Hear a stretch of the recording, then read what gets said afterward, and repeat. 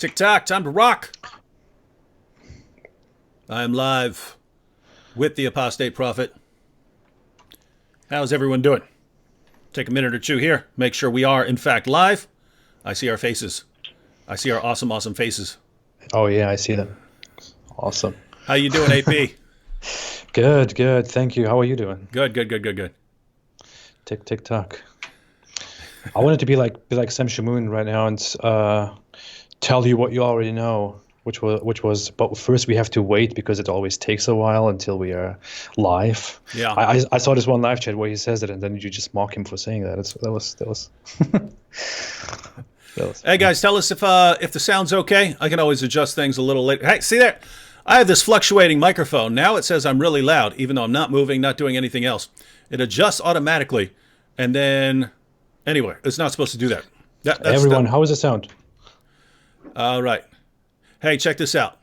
We've got first, last here. Hey, first, last. Is that you? Were you the one who got banned on your main channel and this is like a backup or something? Who's first, last? Oh.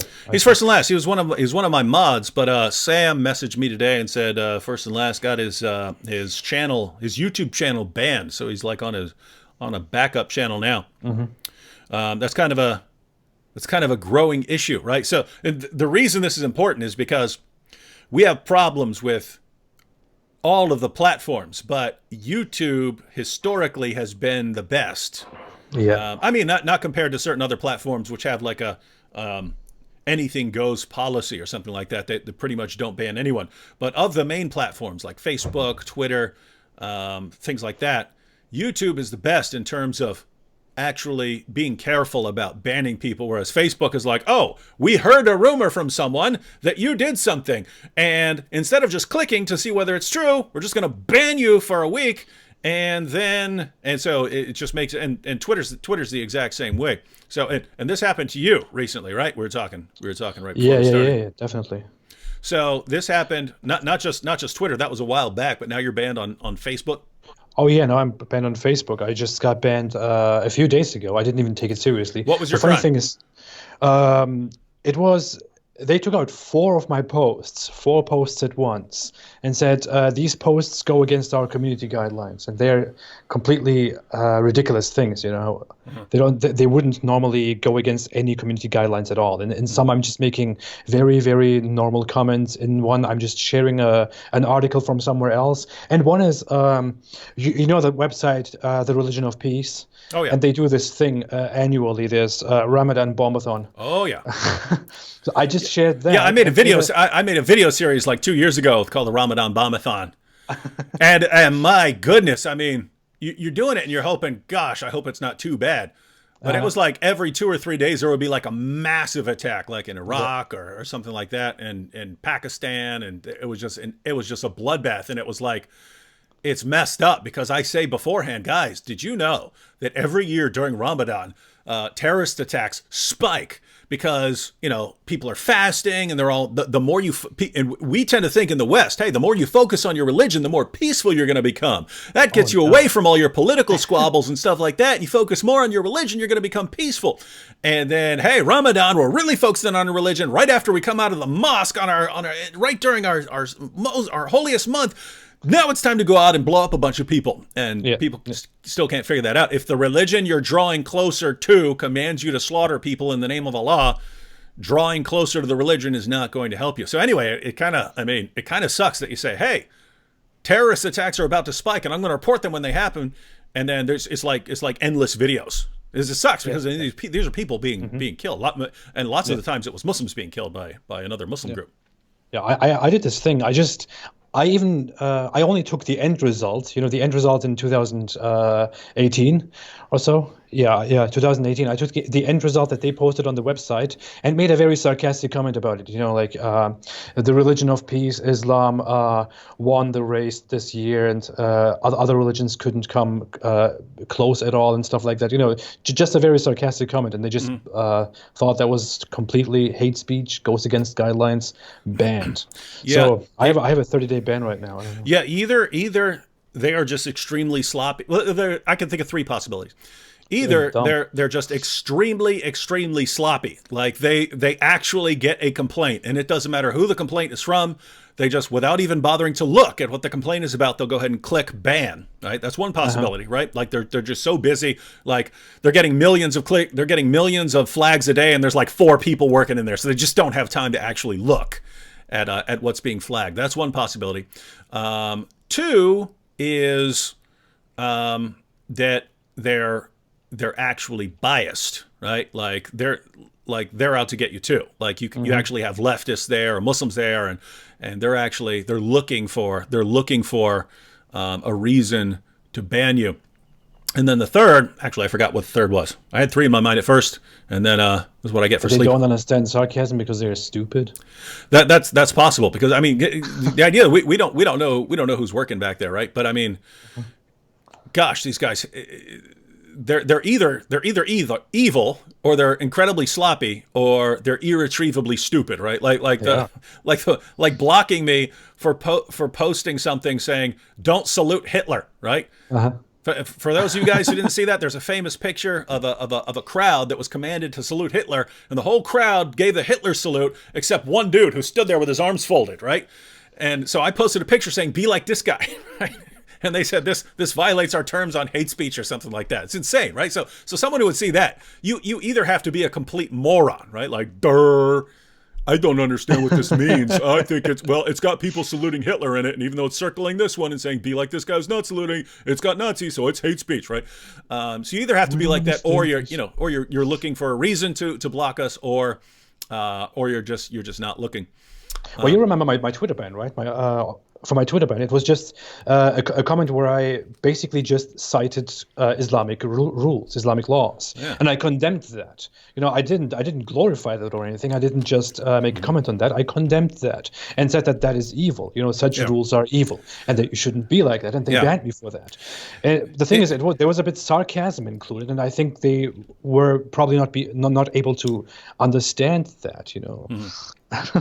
Well, I mean, it's just amazing that you can say, hey, Islam promotes the killing of heretics, the killing of gays, and you can make fun of that, and they accuse you of hate speech, right? You're criticizing hate speech, and then you get removed for hate speech, and that's pretty much everything I've heard of, because everyone's getting banned from Facebook right now. 3 days, 7 days, 30 days, it's happening to everyone. So I got off there. Zone Fighter here says YouTube pulled Christian Prince. What? Which one is that? I think Christian Prince has multiple accounts, but I believe he's been having problems with that for years. The Arabian Prophet is his channel, I believe. Yeah, and the problem is, the more you tick off the keyboard jihadis, the more they come after you, right? The more they come after your content, the more flags they raise, and the more flags they come with, the more likely it is that they're gonna find someone sympathetic on the other end, someone who actually works for YouTube or something, who's going to be like, oh, that is messed up. Yeah, I feel for you. And then, ban the person. Sad state of affairs. It's amazing. Can you imagine? I sit here and say, Nazis did this and this to Jews, and they still do this and this. Don't be like Nazis. Nazis are, of course, that's hate speech. Movement. How dare you say? What did you just say? Not on our platform, buddy. You don't say that on our platform. We only support Nazis on this platform. Yeah. It's amazing. You can't make fun of Nazis. Yeah. Here we go. This is from a Muslim. He says, what happened in Sri Lanka was extremely upsetting. As a Muslim, I completely condemn the attacks, and so have many Muslim speakers and apologists. Well, the Don, we agree with you completely that it's extremely upsetting. And we agree with you that you should condemn the attacks. We agree with you that many people have condemned the attacks. The problem is you have an ideology which keeps leading to these attacks, right? I mean, I posted a video just a couple hours ago. Philippines, earlier this year, in January, bombings of churches. We just had the bombings of churches in Sri Lanka. Earlier, you can go through them. Bombings of churches in Egypt. Bombings of an Easter festival in Pakistan. Over and over again, you've got jihadis thinking that the best thing they can do for their God is to go out and blow up Christian churches and Christian holiday festivals and things like that. How are all these people coming to the same conclusion, right? If I went into my church and I said, hey guys, I got an idea. I want to go blow up a mosque or something. They're going to think I'm joking or something like that. And if they at all think I'm serious, they're going to call the cops on me, right? It would be hard for me to work up a big crowd to have that agrees with those ideas. And yet you have Muslims from completely different parts of the world, completely different countries, completely different areas, completely different ethnicities, and they all come to the exact same conclusions about what they're supposed to do. And why do they keep coming to those conclusions? Well, guess what? There are only two possibilities here, and then AP can share his thoughts on this. There are only two possibilities here. Either your religion actually does call for violence against unbelievers simply for being unbelievers. That's one possibility. So one possibility is Islam actually calls for this. Or two, it doesn't. It just sounds so much like it does that it keeps leading people to go out and slaughter unbelievers in the name of Allah, right? So those are the two possibilities. Either Islam actually when Allah says, fight those who do not believe in Allah. When Muhammad said, I have been commanded to fight people until they say there's no God but Allah, and Muhammad is his messenger. Either Allah and Muhammad actually mean what they say, in which case Muslims are supposed to go out fighting unbelievers in the name of Allah. Or they don't mean that, and they're just really, really bad communicators. But notice, either way, you still get the violence. If that's what Allah and Muhammad really meant, then you get the violence. If Allah and Muhammad are just really bad communicators and keep saying things that they don't really mean, well, there are still people who take them seriously, and so you still get the violence. So it's violence either way. It's still dangerous, right? No matter what, because you have these commands in Islam, you're going to keep getting the bloodshed. And so we're glad that you condemn it. We're glad that there are other Muslims and speakers who condemn these attacks, but that doesn't mean that we are going to stop coming after the ideology that either does call for these attacks or just sounds so much like it does that people still end up dying. What are your thoughts on that, AP? I don't know. I didn't follow the first part of what you were saying because I made a super chat donation. So. Oh, good. Because when you said, see, when I didn't follow what you're saying, I was like, oh crap, was I not clear? Now I have to re-say it all. But you were like, oh, okay. But you were saying you were doing something. Yeah. No, I was doing something. But why are you making a super chat donation? I don't know. I thought I fund your ministry. You don't fund mine. I said I called it a ministry. Yeah. It is a ministry. Ministry means service. So you are performing a service. Of course, it is a ministry in a way. It is. I just had to put my slogan out there. So stay away from it. What do you think of the Don here, who sounds like a seriously peaceful Muslim, and he's pointing out that he condemns the attacks, and so do many other Muslims. And I was pointing out that that's great. We're glad that he condemns it. We're glad that he condemns violence, but it doesn't change the ideology. Well, the thing is, when I discuss these verses with Muslims, with those Muslims who say that, that Islam doesn't promote violence, that aggressive action is completely forbidden in Islam, that Islam is completely for peace, and so on. When I discuss Islam with those people, they actually don't really present a response to orders like that, to orders like the one in which Muhammad says, I have been ordered to fight the people until they testify that Allah is God and I'm His messenger, whatever. That's usually one of those things that they ignore, or one of those things where they come and say, well, that's a hadith, and you have to really select hadith very specifically. You have to understand them very clearly. The discussion goes into all those directions, but never into what the hadith actually really says and what it means, what Muhammad's intention was there in that sense.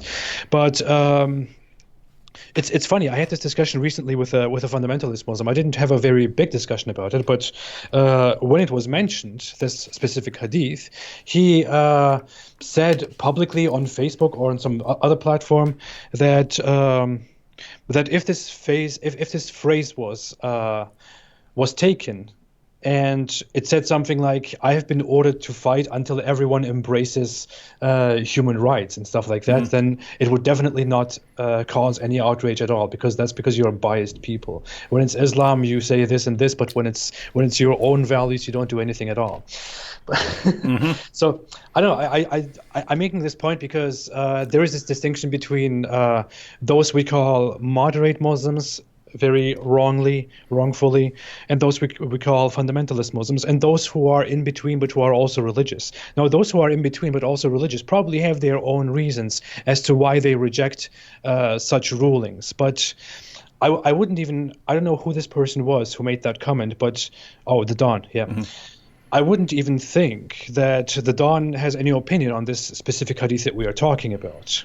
I would think that he completely separates that hadith or any such hadith, any such orders, any death orders, killing orders, violent orders in Islam from actions like that, what happened in Sri Lanka 2 days ago. I would say he makes his own case as a Muslim, presenting an Islamic religion that completely orders devotion and submission to Allah and peace in the world and unity and this and all. He would also probably say that that Islam orders fighting in specific cases. But he would say that self-defense. Yeah, self-defense, of course. Because the Quran actually says in one part that Muslims should fight in self-defense, but in other parts it contradicts that completely, which they conveniently ignore, of course, or don't know about because that's not what you learn. Not in the West, anyway. Yeah, not in the West anyway. But I would be very interested to actually know what this friendly person, the Don, who's condemning of the actions in Sri Lanka, I very much appreciate what he thinks of hadiths like the one we have been talking about. You could even cite it if you have the source with you. Sahih Muslim 126 is the one I normally go with. Can actually pull it up here. Hey, wait a minute, I've got another one here. That's one of my favorite hadith. I mean, everyone should know that. Well, it's in a bunch. It's in a bunch of places. So let me just get a Sahih Muslim here. To go into my sources here. Wait, what? We're talking about the same one here, aren't we? Yeah, the one where Muhammad says, "I have been ordered to fight the people until they testify." Matter of fact, there's a whole bunch just in this section of Sahih Muslim. So where is it? All right, here we go. Sahih Muslim. For all those, yeah, and for all those who don't know how hadith science, as they call it, works, hadith are narrations gathered from people about Muhammad and his companions. And in this case, if one hadith is present in multiple sources, in more than 2 or 3 or 4 cases, in which is the case with this specific hadith, then scholars are sure that the hadith is completely authentic and can be completely verified and traced back to Muhammad. So Muhammad most definitely said that, according to the vast majority of the Islamic scholarly consensus. So I would really be curious about what the Don says regarding this hadith. All right, while condemning action in Sri Lanka. All right, so the Don, you tell us what this means here. It was narrated that Abdullah ibn Umar said, this is Sahih Muslim 129 in the Darussalam edition. I think it's in the 30s in the online edition, which is made which is put together by a different company. But you can go to kalaballah.com and get the Darussalam edition that I'm using here, and so you've got it in English and Arabic right there. But Sahih Muslim 129, it was narrated that Abdullah ibn Umar said, "The Messenger of Allah said, I have been commanded to fight people until they bear witness." Notice, I have been commanded to fight who? People. Now, this is what I meant earlier when I said if he means something else or something more specific, he's a really bad communicator, right? Because because what an average Muslim wants to say here is, oh, when it says fight people, he means people who are attacking you. Okay, well, if he meant people who are attacking you, is a really, really bad way of saying it, right? So it was narrated that Abdullah ibn Umar said, "The Messenger of Allah said, I have been commanded to fight people until they bear witness that none has the right to be worshipped but Allah, and that Muhammad is the Messenger of Allah, and they establish the Salat and pay Zakat. If they do that, then their blood and wealth are protected from me, except for a right that is due, and their reckoning will be with Allah." Now notice what he says. I'm coming to fight you until you believe in Allah and believe that Muhammad is his messenger, and you do your salat and you pay your zakat. If you do these things, then your blood is safe. Your blood is safe. Other than that, he's coming to kill you, right? So what we're wondering is, this is what I mentioned earlier when AP was too busy doing a super chat to pay attention to my brilliant argument that there are only two possibilities. He either means what he says here. He means, I'm coming to fight you because of what you believe, and I'm not going to stop fighting you until you do what I want. Your blood is not safe from me until you do what I want. Either he means that, or he means something completely different, and he's just the worst communicator in the world. Either way, you still get the attacks in Sri Lanka, right? You still get that, because there are people going to, even if he doesn't mean this, there's still people going to read that and say, wait a minute. Surah 4, verse 65 of the Quran says, I can't have any sort of disagreement with Muhammad. If I do, I'm not a real Muslim. So I have to mindlessly accept whatever Muhammad says. What's it say here? Oh, you got to fight. You got to fight people until they believe. And until they do, you just keep waging jihad against them. So I've still got a lot of comments to scroll through here, but we're interested in what you, the Don, and other Muslims have to say what he about says, these passages. I have been ordered to fight the people. He doesn't mean people who are standing in front of me and threatening me with their swords, attacking me, trying to behead me. It says just people. Fight against the people. The whole hadith makes a complete distinction between the believer and the disbeliever, and orders to fight the disbeliever until he becomes a believer, so that he is protected by Islam. Otherwise, he's not protected by Islam. He's subjugated or killed. All right, hang on, check.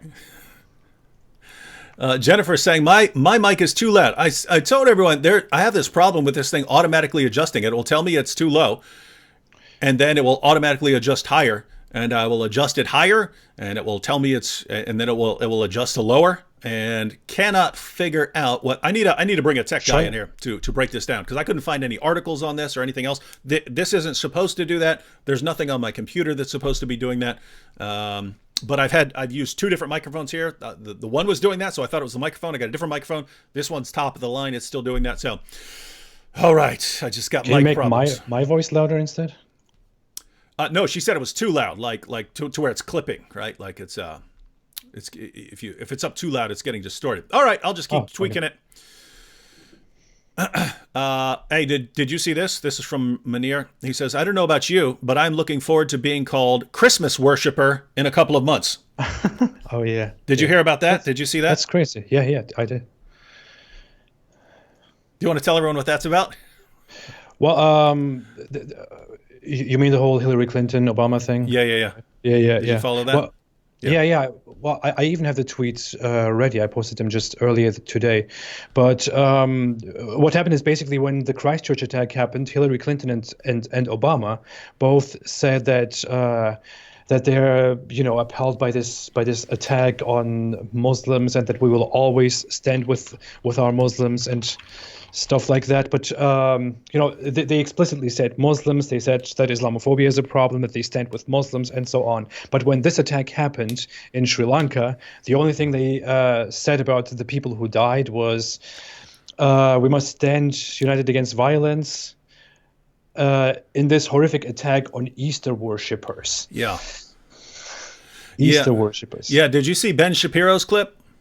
No, I didn't. Ben Shapiro was talking about that earlier. I might want to post the Ben Shapiro clip just so I can comment on it a little bit. But yeah, he basically he went through those, and he contrasted their comments, both Hillary and Barack Obama's comments about the Sri Lanka attacks, with their comments about the Christchurch mosque shootings. Mm-hmm. And completely different, right? It's yes, these Muslims were targeted, and we need to do everything we can about Islamophobia because of all the hatred against Muslims. They were commenting things like that. And then with the Sri Lanka, they wouldn't even say the word Christians, right? It's Easter worshippers on this holiday for all people, or something like that, for many people. It wouldn't even very, very different. Like, we can't say Christians because that's bad. That's not cool. Yeah, that's messed up. Look here, Hillary Clinton says, after the Christchurch massacre, she says, my heart breaks for New Zealand and the global Muslim community. We must continue to fight the perpetuation and normalization of Islamophobia and racism in all its forms. White supremacist terrorists must be condemned by leaders everywhere. Their murderous hatred must be stopped. Notice, went right for the ideology, right? White supremacist, because that's what was, there are people who say it wasn't. Guys, look at that manifesto, right? You could say You could say not white supremacists. You could say white nationalists, because there is kind of a distinction, right? White supremacist means like white people should rule supreme. White nationalist just means, hey, white people should have their own homeland, and other people can have their own homelands and stuff like that. So there are white nationalists who'll say, yeah, Asians are smarter than us, but that doesn't mean that we shouldn't have our own country or something like that. So they basically want the races separated, right?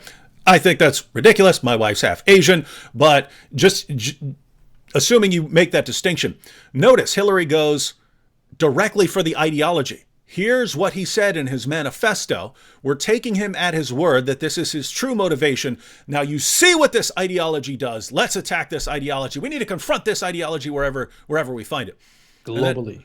And then you've got jihadis. Allahu Akbar, we're slaughtering you in the name of Allah because of what our book says right here. And it's, let's completely ignore that. And the end result of this is basically Ilhan Omar, right? Some people did something somewhere to someone, right? That's about as specific as you really want to get. Any more specific than that, you're going to start having to deal with, jihad and what it teaches.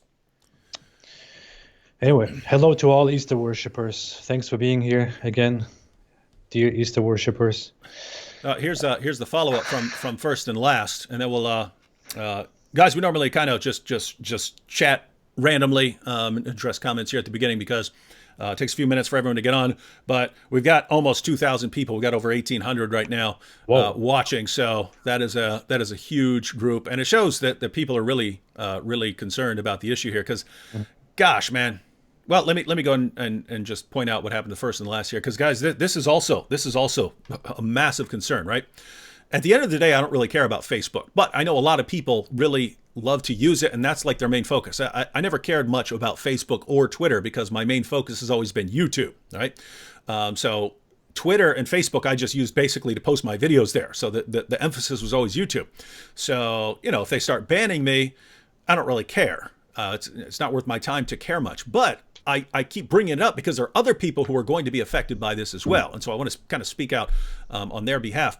What's scary about first and last year is he got banned from YouTube. He said no warnings, no strikes, no nothing. They just out of nowhere terminated his account. And why that sucks is you've got huge channels, right? So let's say you've got mega huge channels, like let's say PewDiePie and stuff like that. Then you've got like really, really huge channels like Steven Crowder, who's in the couple of millions and stuff like that. Then you've got channels like ours, right, where we're not in the millions, but we'll be there. We're on our way to that, and we have pretty big followings right now. And then you have smaller channels, and what sucks is, if I get banned or you get banned, AP, then people notice. We have a following. We can draw attention to that. Smaller channels, they can just. It looks like YouTube is saying just, oh, okay, we don't like what you're saying, or we don't like the videos on your channel, so we're just going to ban you, and there's nothing you can do about it. Haven't violated any rules. We're not going to give you an explanation. We're just going to terminate your account. Sorry, you can't log in. And because keep in mind, they could do that to any of us, but they know that we'll be able to raise a bigger fuss about it. Not nearly enough. We can't hurt YouTube. But if they start doing that regularly to people, it will add up to hurting YouTube. But it seems they know that smaller channels, they can just get away with it, and that's scared because if that means that people who work at YouTube are starting to think like this, hey, we need to start banning people who are critical of Islam. Yeah, jihadis slaughtering people in the name of Allah all over the planet, but let's block people that criticize that. That is some scary stuff there. It is insane what's going on. Oh yeah, I still hope that YouTube will be the more reasonable platform compared to Facebook and Twitter, which just randomly bans everyone that says something wrong. But I don't know. I hope YouTube doesn't keep disappointing us here as well. I do as well. In fact, my goal in criticizing any of these channels, like people point out, like when I would criticize Facebook or I would criticize Patreon, I would get messages, you hypocrite, you're still on Facebook and you're still on Twitter and you're still on Patreon, you're complaining about them. Guys, just because I criticize something does not mean I want to be done with it, right? Right? I could tell my kids, guys, you need to start doing better on your homework. It doesn't mean, you're no longer my sons, right? You could criticize something because you want it to improve, right? With the main platforms, I criticize them because I want them to get better, right? And I hope enough people bring up the problems that the platforms get better. With that said, if they don't, I hope they start dying. But the order I hope they start dying, I hope Twitter dies and Facebook dies in that order, and then I hope YouTube notices and says, well, I don't want to go that route. And so I hope YouTube is better. So I talked with you earlier before we started the chat, but the Washington Post made a very disgusting article about the whole Sri Lanka situation. I want to come to that and ask you what you think about it. So the headline is it's currently exploding on Twitter. There is a huge ratio. People are attacking the tweet and the article itself because the headline of the article says basically analysis, Christianity under attack. And then it says Sri Lanka church bombings stoke far-right anger in the West. That's what the headline of the article says, and it goes further in the first line. It says that the attack in Sri Lanka on Sunday made some people believe that Christians and Christianity are attacked globally.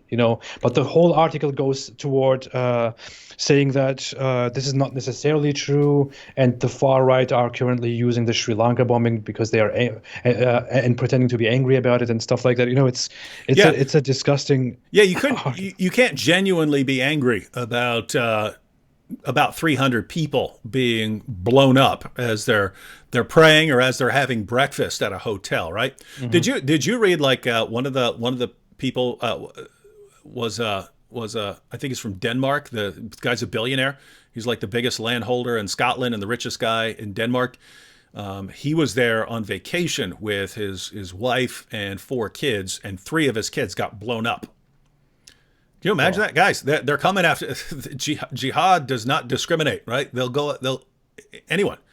I mean, that would suck, right? Because you think of all places that you're safe. You're in a beautiful hotel, and some guy comes in there and blows you up, and you survive, but your kids. So that's, I mean, if it's him, his wife, and 4 kids, that's 6 people. Half the family just got wiped out because some jihadi's trying to make a point. Yeah. And that is, and so think about that. You've got that situation. You've got hundreds of people, rich, poor, everyone. They all get slaughtered in the name of Allah. But if you're upset about that, it's just because you're pretending to be upset to further your political agendas. You know what I really think? Sometimes, AP, yep. People accuse you of thinking in a certain way because that's the way they think, right? That's the kind of thinking that they're familiar with, right? Yeah. Like all the times I'll get from Muslims, oh, he's lying about this, he's lying about that, back when I used to post, I get comments all the time from people leaving Islam and either becoming atheists or agnostics or something like this, or converting to Christianity. And I used to like post those. I put them together and post them. And people would say, "You're making these up. David is making fake accounts to post all these fake stories." And so it's like, to me, that says, okay, so you think I'm making up fake stories? Like I sit around in my spare time and I make fake accounts so that I can claim that all these people are leaving Islam, and I have to make fake accounts to do this. To me, that sounds like that's probably what your community is doing. Mm-hmm. And so you think that other people are doing that. And with people saying, oh, far right people who pretend that they're concerned about people being slaughtered in the name of Allah, it's just for political reasons. That makes me think that when there's an attack, let's say on, the Christchurch Mosque, and they get outraged, that they're pretending for their political ends to be outraged by this, that they pretend to get outraged over the right things, so that then when they see other people getting outraged, they think, oh, he must be doing the same thing we're doing. Now I can call them out for that. I've been thinking that for a while. I think there is even in psychology and sociology, there's even a term for that. I believe. I don't know if anyone knows. They can maybe tell us that. But I think that there is even a term for that. That many people who fiercely criticize and attack specific other people, usually attack them based on their own behavior that they find in other people. Like basically goes in the direction of what you just were trying to say. When a Muslim accuses you of whatever you are doing, not all of them, but certain types of them do that because they do the exact same thing and they think that you are doing what they are doing. But they are mostly not even aware of that. Yeah. Yep. I can ask my wife. I think there is a term for that. I don't know. My wife has a degree in psychology. I can ask her. I think I read about that like I don't know, a decade ago. Yeah, this is something M. Malik said. Since I'm Egyptian and it happens all the time on our holidays, I'm so used to it. It's the norms there. I really hope it doesn't become the norms in Sri Lanka. May God protect his people. Have you noticed this problem, that the attacks start becoming normal and then the response diminishes each time?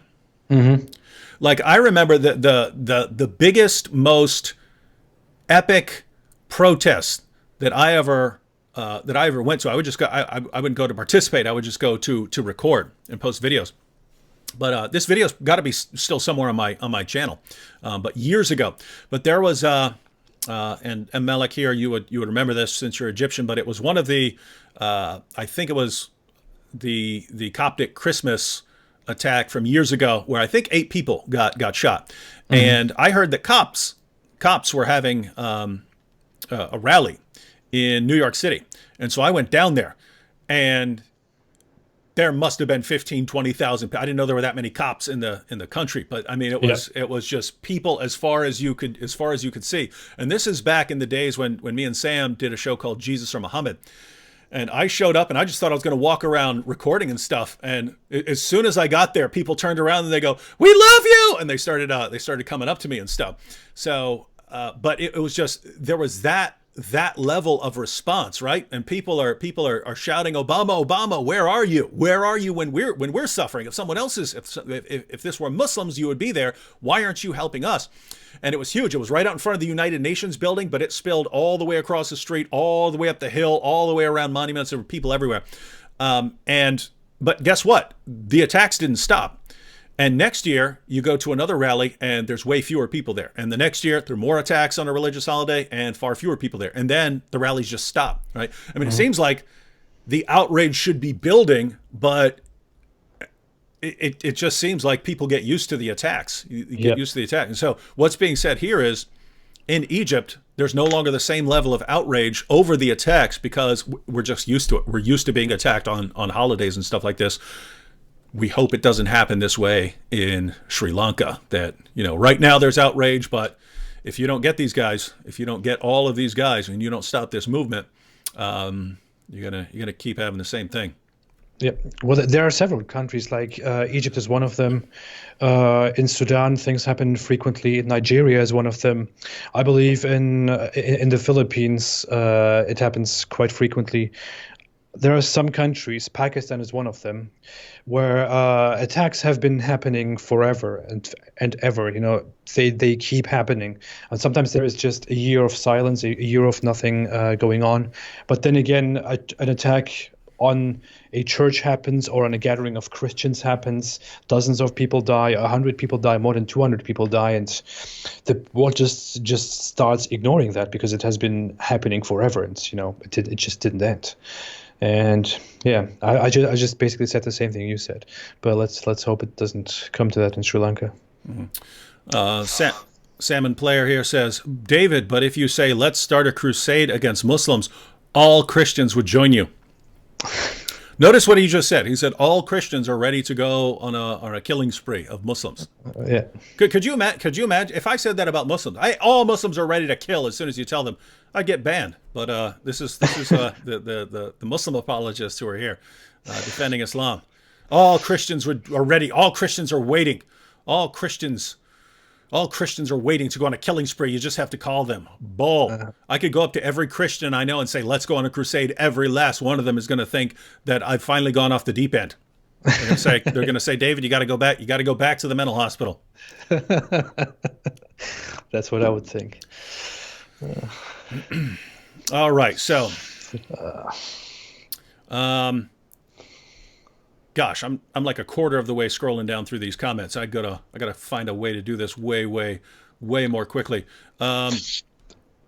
So AP, what do you think needs to be done here? Right. I'm assuming you're not for going out and slaughtering people. No, but no. in places like Sri Lanka, right, where you've got Christians who are a minority, you've got Buddhists, then Hindus, then Muslims, then Christians. No, notice those punk jihadis. They went after the smaller group, not after the bigger group that would crush them, right? You cowards! What a bunch of sniveling little cowards! They're blowing themselves up, but they're sniveling cowards. Their reasoning is, well, since the Christians are such a small community, there won't be as much of a backlash as. In other words, they know they're dying because they're blowing themselves up, but they're worried about like their jihad group and stuff like this. They don't want it to get wiped out, so they went for the easy pickings. Unless they just really hate Christians more than they hate Buddhists, which according to the Muslim sources, they should like Christians more than other groups because we're people of the book. But we the always Quran says Christians would be closer to Muslims than say Jews, for example. Yeah. But they don't really follow that. Yeah. So we're the closest. We're the closest to Muslims. It's not true, but that's what the Quran says. Yeah. So here's what you have. You have this all over the world, and now it seems like it could spring up anywhere.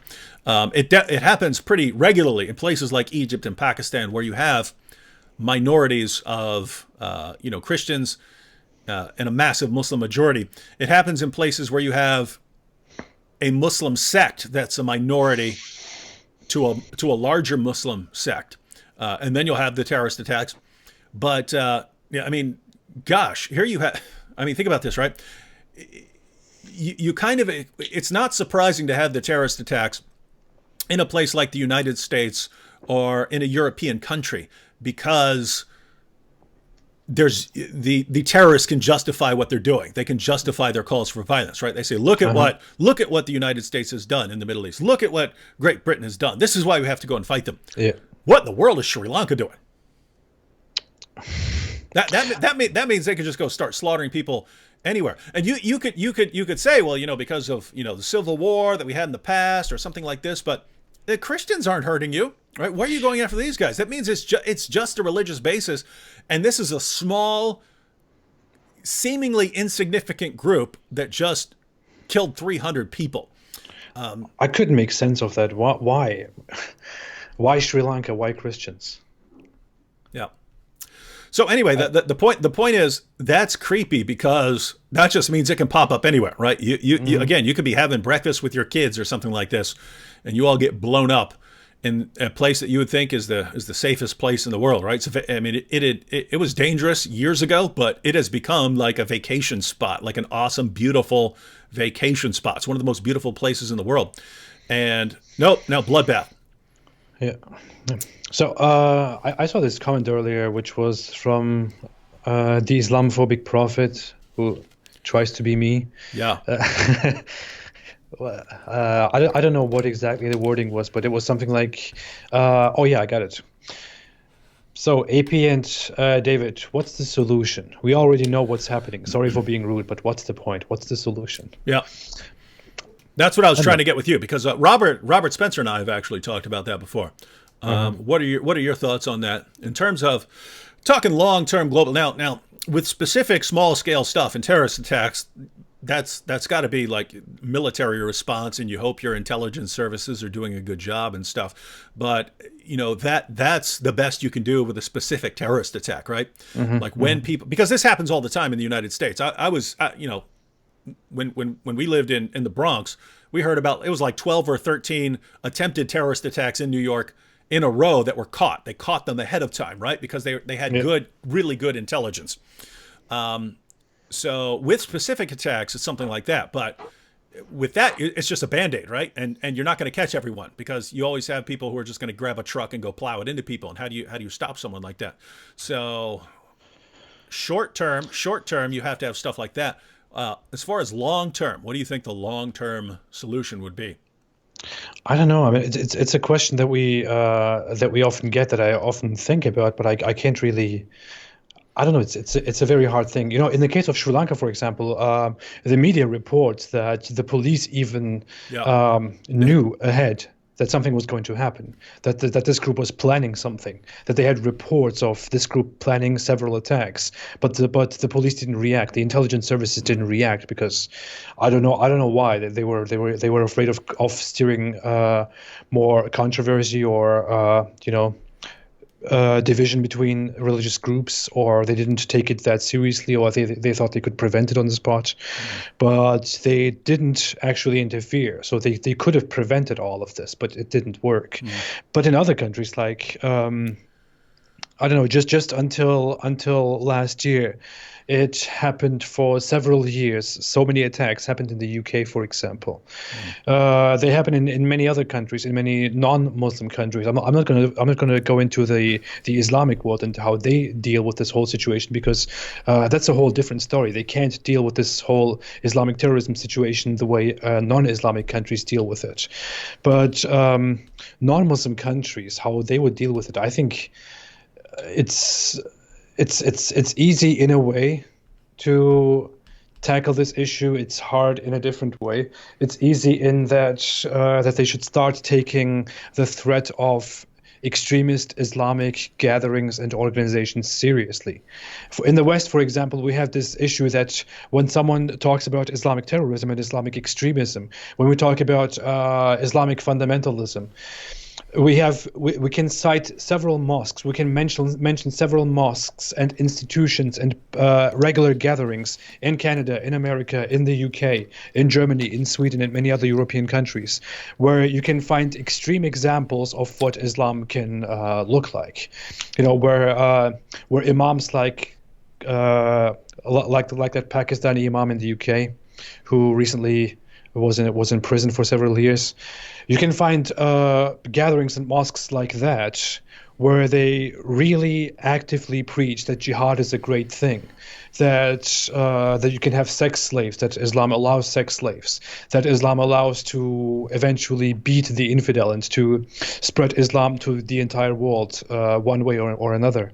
You have these organizations, and intelligence services, the government, and the people know about these organizations. They know about these mosques. They know that they exist, but they don't take it seriously because they think if we react to these issues, then this will just steer controversy, and we will just get into talks about Islamophobia and discrimination and whatever. So we should probably not act on these people. We should just surveil them. We should just keep them under our radars, but not do anything against them in the beginning. After a terrorist attack happens, they all start saying, well, we are shocked. We have no idea how this happened, no idea how it came to this. But they just need to start taking things seriously. But in order for that to happen, in order for government and intelligence services and the police to actually firmly control these organizations, firmly monitor these movements and stop them before they can start anything, people need to stop apologizing for Islam. People need to stop protecting Islamic groups. They need to stop saying that all these talks about Islam and violent Islam and Islamic killing orders and Islamic jihadi groups were all a result of far-right racists and white supremacists and radical Christians, whatever that means. People need to just stop that, and I think that's why we are here. We are still not able as nations to get there, to start actually targeting these groups and taking things under control. But that's why you, David, and I are here and try to inform people as much as possible about what Islam is, about how Islamic groups act, about their vision of the future, about how they believe that in the future, before the day of judgment, they will fight and kill the last Jew that they find. Until even trees and rocks will say to the Muslim, "Oh Muslim, there is a Jew behind me. Come and kill him. Just only one tree will protect him." That's what the vast majority of Muslims believe in. That's a completely authentic narration. The vast majority of Muslims, even the most regular Muslims, believe in that. They believe that this will happen. So how do you think more religious groups and more active groups, more activist groups, act in that regard? What do you think they think about Jews? You know, people need to realize that, and you and I think that's why we have an important job to tell people about what Islam is, about what Islam preaches, what Islam says, what the Quran teaches, what the Hadith say, so that every last person, that even the last person here in the West can know what Islam is about, so that they stop getting in the way of preventing terrorist attacks. Yeah, you started off totally different from what I was thinking in terms of, talking about, surveilling mosques and stuff, but you ended up exactly where I was going, right? Yeah. Stop protecting Islam, right? If you want to say, hey, don't go killing Muslims and stuff like that, by all means, I want people to protect Muslims who have nothing to do with terrorism, right? I don't want people targeting them and going after them. But it's weird because in the West, historically, we have an understanding that there is a distinction between the person who has rights, things like that, and an ideology which has no rights. It doesn't have feelings. It doesn't get protected and so on. So we have this idea of free speech that you can go ahead and bless. You can't hurt the person. You can't attack the person, but you can criticize the ideology. The ideology has no rights. In Islam, no, you're they're sort of one and the same. So a person believes in Christianity, therefore you can go and attack the person because of the ideology. So they have that same idea that, oh, you're criticizing Islam, therefore you're calling for violence against us because that's how things are in our religion. It sort of doesn't mean they're thinking through that process. It's just built into their thinking that if you're going after Islam, that means you want us dead, you want us to be killed or something like that, because that's how things are. That's just the Islamic way of thinking. But people in the West, especially, the media and politicians and Hollywood, they've bought into the same idea, which is a ridiculous idea that we don't apply in any other way. That they think if you're criticizing Islam, if you're criticizing the Quran, if you're criticizing Muhammad, it's because you hate Muslims and want them to die. And so anytime you speak out against Islam, even if it's talking about the glorious day when you'll be able to slaughter all Jews or something like that, and you're criticizing that, or you're criticizing wife beating or jihad or any of these things, you're criticizing things that if they were in a right frame of mind, they would say, of course you have to criticize those things. You'd be insane if you didn't criticize those things. But Muslim groups have convinced Westerners in positions of power to adopt that same view, that when we criticize these passages in the Quran, in the Hadith, it's because we hate Muslims and so on. And so if they get rid of that idea, and if people who don't know anything about Islam just shut up, right? Because, I mean, it doesn't happen as much anymore, but like 5, 6, 7, 8 years ago, every time there was a terrorist attack, every Western politician and journalist was suddenly an expert on Islam, and they would get up to the podium. Obama, everyone else would get up and say, no, let me tell you what real Islam teaches. And who are you? You're reading a speech that was written by some other guy, right? Yeah. Usually, a Muslim who wrote that for you. And who in the world are you telling us what Islam teaches, and that you've got it right, and all these jihadis, they've got it wrong. But if they would just be quiet, and it would become acceptable to criticize and question and challenge Islam. Guys, I've said it before. I'll say it again. I believe that is all you need. For some reason, whenever I say that, people say, no, you have to go on a killing spree. The only way to deal with this. Guys, how do you know? Just think about the situation right here, right? Politicians praise Islam. They say it's wonderful. The media, journalists, they praise Islam. They say it's wonderful. Only a bigot and a racist would criticize it. It's something so wonderful. Educators, college professors across the board. Islam is wonderful. The only people who would ever criticize this are racists or bigots or hate mongers, people who just hate Muslims. Hollywood, that is the unified message of Hollywood. The only people who would ever criticize anything having to do with Islam are racists and bigots who just want to go out and kill all Muslims. That's the message from pretty much all the sources of authority in the West. Churches, there are many churches who are like that, right? And then you've got people like me and the Apostate Prophet and Sam Shamoun and Abdullah Samir, and we're sitting here and we're making videos on YouTube and we're saying, hey, Islam's got a problem here. Well, if everything you've heard from politicians and the media and educators and entertainers is all telling you, hey, the only people who criticize this are really, really sick, evil people, and then you hear us saying critical things, what's the natural reaction? Oh, gosh, these guys must be nuts. Right? These guys must be nuts. Right? So think about that. It's us. It's a few guys on the internet, and not just us on YouTube, but there's some people on YouTube. There's some people who write articles and books and stuff. But it's the people who are active in this area. It's a really, really small group of people. So when people out there say, "Oh no, the only way to deal with Islam is to go on a massive killing spree and stuff like that. You just have to go kill everybody." Blah blah blah blah blah.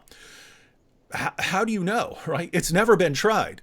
We've never been in a situation where instead of everyone in a position of authority protecting Islam from criticism, protecting Muslims from hearing from people like the Apostate Prophet, shielding Muslims from this, it's actually all over the place. In other words, imagine a world where it's actually on CNN or something, right? Or it's on 2020. It's on 2020. Guys, we did some investigating on the Muslim claim that the Quran has been perfectly preserved. We went to some of the world's greatest paleographers and so on to talk about the manuscript traditions here and blah, blah, blah, blah, blah. And we found out, gosh, there are tons of differences in the Quran. Entire chapters came up missing. Large passages came up missing. All this. And you had a special on that. That's just factual. It's factual information.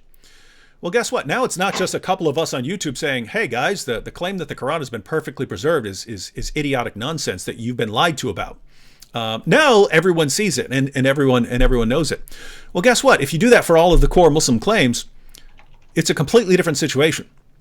So anyway, the point here is, guys, just don't jump to conclude. Besides that, I just want to say, those people out there who say, "No, we need to go to war. We need to go on a killing spree." You're either thinking that you're going to do this with you and a couple of your friends, maybe, in which case, no, you're going to look like an idiot, right? You're going to go out and kill someone, and then you're going to get shot, or you're going to go to jail, and everyone's going to use you as an example of why all criticism of Islam needs to be shut down, right? That's exactly what happened to Christ Church, right? This guy goes and he shoots a bunch of people, and we all get shut down. We all get shut down. We got nothing to do with that. I can't think of any viewpoint I hold in common with that guy. And here the Muslims will say, "Oh, but you're both against it." That guy didn't care about Islam. Yeah. He said he didn't care about Islam. He said he was after them because of their skin color, right? That is a view I do not share. I think that is a ridiculous position. So I share no view in common with that guy, and yet I get banned over something that he did, right? That's what would happen if you and a couple of your friends go out and decide to go kill Muslims, right? So Absolutely. The only way you could get what you actually want, right, really deal with the problem of Islam, is if like entire nations were on your side and nations united and so on. But guess what? If you had that kind of power and that kind of influence that all these nations are going to unite, you don't need to go on a killing spree. Just stop protecting Islam and allow people to criticize it and point out what it teaches. And yes, you would still have Muslims, but you're going to have a lot of people leaving Islam. You're going to have so many people leaving Islam. And I'll tell you what, 10 years ago, there was almost no one talking about Islam, right? There was almost no one talking about Islam. I remember I posted the Danish cartoons like back in like 2006 or 2007, a blog. I got all these messages. "Are you insane? They're going to come and kill you." Why? Because there weren't enough people who are doing things like that. Yeah. Whereas now there are tons of people. There are tons of people doing it. What do you think it's going to be like 5 or 10 years from now if we don't get shut down? So the idea is this is growing. We are at the first time in history where we have access to Muslims around the world. For 14 centuries, Muslim leaders have been able to keep their people insulated from hearing the truth. Now we have access to anyone with an internet connection, right? In other words, back in Saudi Arabia, for 14 centuries, you couldn't go talk to people in Saudi Arabia. You were going to get your head chopped off. Yeah. Now we can talk to people in Saudi Arabia through the internet. We can talk to someone in Saudi Arabia right now on our cell phones by going on some social media site or something like that, right? So this is the first time we've ever been able to reach people like that. And it's the first time in history where we have open access to their most trusted sources, right? You go back to even the 70s. You got some copies, you got some translations of the Quran. You don't have the rest of the Muslim sources. You don't have the information. You can't respond to what people are saying. So we are the first generation in history with the tools to intellectually destroy Islam. And you got people saying, "No, skip that part, just go on a killing spree." Are you morons? Are you morons? Why would you not want to try that? We have everything. It's been thrown into our hands. Guys, if you want to refute Islam, here's everything you need. Open access to Muslims in every country in the world and all the sources you need to completely destroy Islam. And people are going, "No, what? Is it too much work? Is it too much work for you? You'd rather have billions of people dying in an epic global bloodbath than have to sit down and read? Come on, guys. this is really the best way we can handle the situation, and we should be sticking to this. Yeah. So I want and anyway, just you need to talk because I just talked for like 10 minutes straight. But I just wanted to add while you're there. So think about someone like the Apostate Prophet. He leaves Islam, right? But then his YouTube channel blows up. So you know what's happening on his channel? It's going to be a bunch of little baby apostate prophets, right? And they're going to grow up, but they're going to leave Islam, and lots of them will go on to just live their lives and work and things like that. But some of those little baby apostate prophets, they're going to spout into other YouTubers, right? Pretty soon, they're going to be everywhere, right? The critics are going to be everywhere, and once there are critics everywhere, and especially tons of former Muslims everywhere. They're everywhere now. You can't walk 5 feet without running into a former Muslim now. 10 years ago, the claim was no one has ever left Islam in the history of Islam. That I heard that wherever I went. Anyone who says he left Islam is fake. He's lying. He's a Christian. He's been a Christian all his life. He's being paid every single time, right? Now it's undeniable because they're everywhere. So this is growing. If you reach a critical mass where they can no longer be shouted down, that's ball game. That's ball game. Now religious authorities in Islamic countries are trying to block us, are trying to block access to these channels. They're trying to block access to my channel, to your channel, so that people don't see them, so people don't leave Islam. In Saudi Arabia, religious authorities say that that rising apostasy, rising atheism, and rising interest in different religions is becoming a national problem. That's what they just said a few years ago. In Turkey, well-known religious teachers on TV are saying that many mothers are complaining that their kids are being influenced by people who inform them about Islam, about flaws in Islam, and their children are leaving Islam, and they are very concerned. This is becoming a huge problem. In many other countries, we have the same issue. There are so many people who get in touch with the world and see what this whole religion is about, what other religions are about, how cultural differences make them look and others look, and how it really feels to be different in this world, to be a Muslim in this world, and to be a Christian, say, in this world, or just in general a non-Muslim in this world. How all the flaws about Islam that people talk about, they see these things and they start leaving Islam, and this is becoming a problem. And all those people who say no one who is a Muslim would ever leave Islam are being proven wrong every day. This is becoming a reality, and we need to keep doing this. We need to keep fighting this fight. We are doing the right thing. We are informing people. We are not trying to attack anyone, to persecute anyone, to discriminate anyone, or to go into a global crusade or a bloodbath or anything. If we do it this way, it will be just the right way. If we do it in any other way, it has never worked in history. I want to touch two things that you said before, by the way.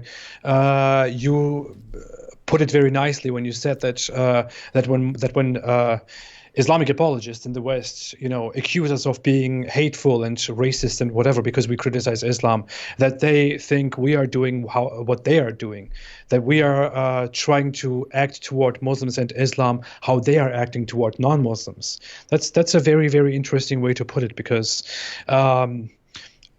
all those who left Islam, or all those who have spent some time in the Islamic world, probably know how the media looks in the Islamic world. Even in the most moderate, as we call it, the most moderate Muslim country, like Turkey, for example. I'm from Turkey. I lived in Turkey for over 10 years after Germany. And in Turkey, for example, it's completely normal in the media, on TV, during the middle of the day or in the evening when everyone is at home, on the news, on TV, to bash Christians and bash Jews and, insult people of different religious groups, basically just to slander them. It's totally normal for multiple organizations within the country, very well-known organizations, to publish magazines in which they talk so much garbage about Christians, and in which they glorify future jihads, future global jihads against the unbelievers, and in which they promise that the whole world will come under the umbrella of Islam in the future. Such things are completely normal. When they reject Christianity and Judaism and other religions, when they reject anything other than Islam, they actually do it completely. They become very hostile, and they express that very clearly, very explicitly, and they are afraid that in the West, if they allow this whole criticism of Islam to happen, or all this pointing at how specific Muslim groups act, if they allow all this to happen, that they will also be treated the same way they treat minorities in their countries, and they don't want that, of course. They need to prevent that, and the only way to prevent that for them is to ask for us to be censored and to be shut down and to be locked up and to be fined and whatever. But they won't get there. They won't get there. Yeah. So, guys, the recent waves in false flags trying to have people banned and stuff, that's all related, right? You have lots of Muslims who are worried about the future of their religion, and they know it can't stand up to criticism. So they have to. Their only hope is to have people like the Apostate Prophet, like everyone else on Facebook, like people on Twitter, have them banned. Especially Apostate Prophet. Yeah, you got to have him banned, right? You have to. So they understand. And so when something like the Christchurch mosque attack happens, they look at that and they say, ha, now's our chance.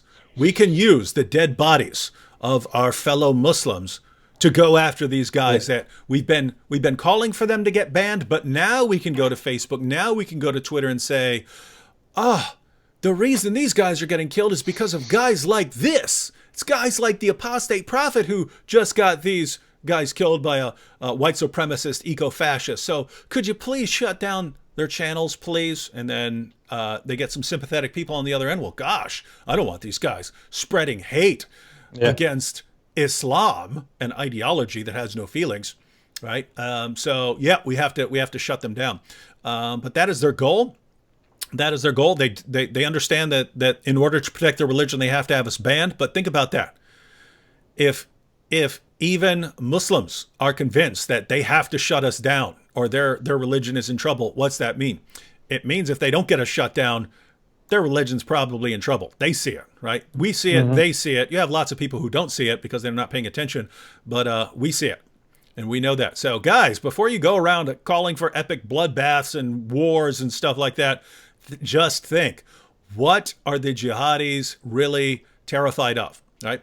What are the fundamentalists really terrified of? They're not terrified of armies. They're not terrified of people coming and killing them. Right? They believe they're going to Jannah. What are they scared of? They're scared of their religion being exposed. That's what they're scared of. So if they're worried about it, then we should think, oh, maybe there's a reason they're worried about that. And the reason they're worried about it is they see when someone leaves Islam, it's because they just found out a bunch of new information and realize they've been lied to. And if you get enough of those people, if you get enough former Muslims saying, guys, what these guys have been telling us all our lives about scientific miracles in the Quran and about the perfect preservation of the Quran and about Muhammad being the greatest moral example who's ever lived, it's all nonsense. Look, it's all right here. If you get enough people like that, you can't silence them. If it's 3, 4, 5, 10 guys, you can silence them. If it's 1,000, 2,000, 10,000, 20,000, you can't stop them. You can't stop them. They know that. So they're in desperation mode right now. Desperation mode. Absolutely. Here's a German question for you. German? Where? M. Maimonides says, Hallo, Rizwan, warum gibt es in Deutschland keinen Islamkritik-YouTuber wie dich? And I haven't taken German since 2004, I think. Looks like hello, Ridvan. Why is there no Islam critic on YouTube like you in Germany? Is that absolutely? Is that close enough? Okay. That's totally correct. Totally right. You got this. That's amazing. All right, now so, I'll respond in German. Hallo, Maimonides. Go on. Es gibt kein... No, okay, go ahead. Do you want me to answer in German? No, I'll English. I don't know. I get this question a lot. I have actually started a German channel. I don't know. Everyone who is here, everyone who speaks German, I called it Der abtrünnige Prophet. I wanted it to be distinct from the English one, so I just gave it a German one. I'm still not sure about the title of that, but anyway, I made videos there, 2 videos before, and that was After my last video, I said in the in the following weeks I would start making more videos, but I said that 5 months ago. So I don't know what I'm going to do with that, but I actually really want to go on and do that, because I know that there is a lack of critics of Islam in Germany, that people are looking for that. Because the problem is also in countries like Germany, ex-Muslims, people who leave Islam, don't dare to criticize Islam. For two reasons. Not only because it's dangerous, not only because there are so many people around who would come and beat them up or kill them, which is probably not that big of a threat. I don't think that really frequently happens, but they would probably be beaten up, harassed, whatever. They would also be attacked by the government, harassed by the government. But the actual problem is that people in Germany, ex-Muslims in Germany who leave Islam, many of them have so many Muslims around them. Many of them still live around their Muslim families and Muslim relatives and Muslim friends and this and that. And usually, if you come from a Muslim background, you have very close relationship ties. You have very close, very close ties with your families and your relatives. And in that state, many Muslims don't want to go out and start criticizing Islam, because in that case, they would start, their relatives would start distancing themselves from these people, and they don't want that. I use so many words, but what I'm just saying is that many Muslims don't want to. Many ex-Muslims don't want to do that because they don't want to cut ties with their families and relatives. I wouldn't care about my family and relative ties. I would just go ahead and criticize Islam. That's why I'm doing it like this. But I'm not in Germany. I'm in America. But I will probably go ahead and start doing this in German as well. I don't know. Hopefully. And for you, check. For you, Germans, I understand that there are people in the world who, they have considerations of family. In some places in the world, they have, considerations of, safety. If you're like that, keep in mind, you can also respond to Islam. Just don't put your picture up there, right? Mm-hmm. Just put a little cartoon up there. Put a little Apostate Prophet cartoon up there, and just you do voiceover. Yeah. Yeah. Or you could go ahead and be like the Masked Arab, for example. Mm-hmm. He does it without ever showing his face. No one knows what he looks like. But he has had a great channel. He stopped making videos for a while. Mm-hmm. I don't know, but you could always do it like that. So everyone who wants to get into this, who wants to help us criticize Islam, who wants to show what Islam really is, anyone who thinks I can do that and I want to do that, please go out there, do that, help us, and I would happily help and promote everyone who chooses to do something like that. Yep. And another way to do it would be to take, let's say, Apostate Prophet's videos and download them, dub over them. So you translate as you're going along, dub over that, stick that on your own channel, and then no one sees your face, or add subtitles to them. So there's a couple ways of doing things. Hey, check this out. This is another example of what we're talking about. Malik Qasim here says, Apostate Prophet, peace be upon you. Why is your channel blocked in Pakistan? Dude, it sucks trying to find your new videos. This is exactly what we're talking about, right? Yeah. They have to shut down. Now, one of the things that's really shocking is when this happens with like my video about a cat not walking on the Quran, that you'll have Muslims all over the place getting millions of views on videos claiming that a cat won't walk on the Quran, and then I'll put a Quran on the floor and a cat walks all over it, and I'll put that video up there and I'll say, guys, this is a lie. And the nation of Pakistan says, YouTube, you have to block this video. We can't allow that. So what kind of nation do they want? They want a nation where people can lie to people and say, this is a miracle of Islam that a cat will not walk on the Quran. They want a nation where the lies are heard by everyone, but the truth, which is so simple, just actually do it.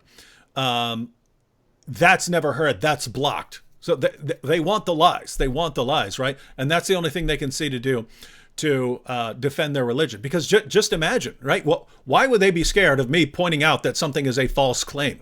Yeah. If I say, hey, that is a false claim, these guys are lying to you, I can prove it. If you think that your religion stands upon good evidence, if a Christian gave the stupidest argument ever for Christianity, and I thought this is a really stupid argument, It's based on a lie. And some other Christian went and exposed that, or some Muslim exposed that. I wouldn't say, oh no, we have to block that Muslim from exposing this lie. Why would I do that? If it's a lie, I want it exposed. But you've got in Islam, no, we want the lies. We want the lies. See, I'm searching on my in my email inbox for all those emails that I receive, which tell me that the government of Pakistan complained about the video and had it blocked in Pakistan.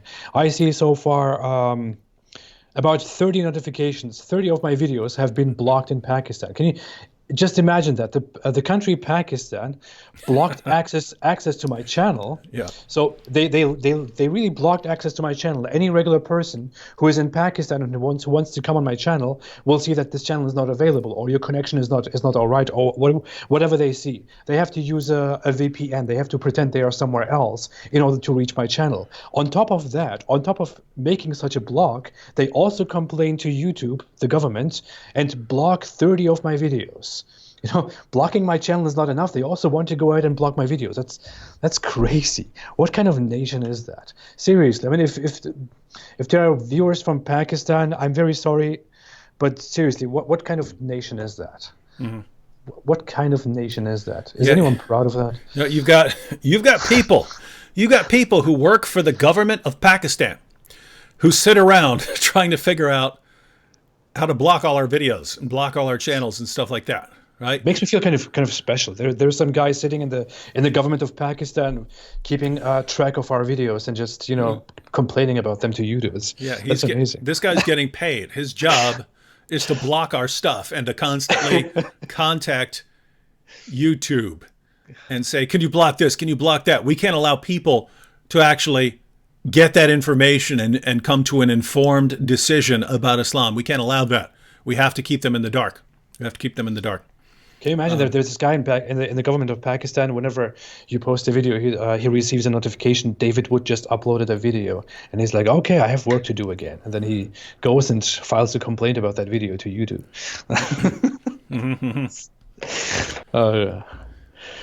That's a very great job. I wish I had such a job.